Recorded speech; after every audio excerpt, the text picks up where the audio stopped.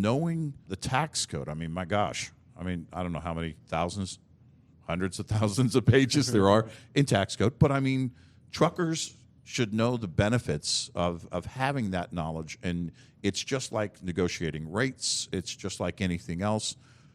When you are in business, you need to know what those advantages are. What can you share with drivers from an ATBS standpoint on that part of it, of being knowledgeable about, those outside items like tax code and what you can benefit from? Yeah, great question. That's something that we do every day, is put out content to help drivers stay aware of what's happening with current tax code. We see so often that owner-operators go to someone local, their friend, their spouse, who might not know anything about the trucking industry. And as you said, especially over the last few years, let's call it the COVID era, there's been many stimulus packages, benefits that you could get, changes to per diem, changes in filing days, things of that nature that are just almost impossible to keep up with. I mean, it's all we do, and it's still hard for us to keep up with. Right. And so you just have to have that knowledge base or that resource, which we can be for you, to make sure that you're keeping up with these changes daily, weekly. When it comes out, you need to understand it. I'll give you a good example, is the per diem deduction.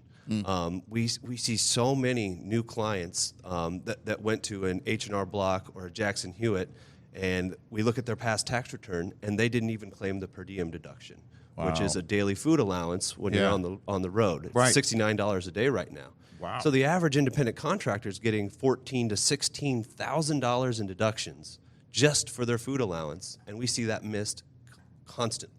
Wow. And again, when you're taking advantage of those deductions, that is money in your pocket. That's money you're keeping in your business.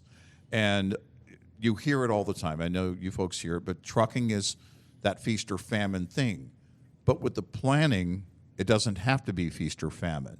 You can plan because you know the famine's coming back around, that you stock up your business pantry, I guess, to make sure that as you're taking advantage of all of those benefits and that knowledge, that you're prepared for those leaner times in trucking, which are inevitable. They come around. They are, yeah. What we've seen, and especially for newer owner-operators that came in during the COVID stimulus freight boom, I would call it, where freight was on fire for 2 years, the longest we've ever seen it be on fire, the highest rates we've ever seen. So people came in to being an owner-operator during that boom time. Yeah.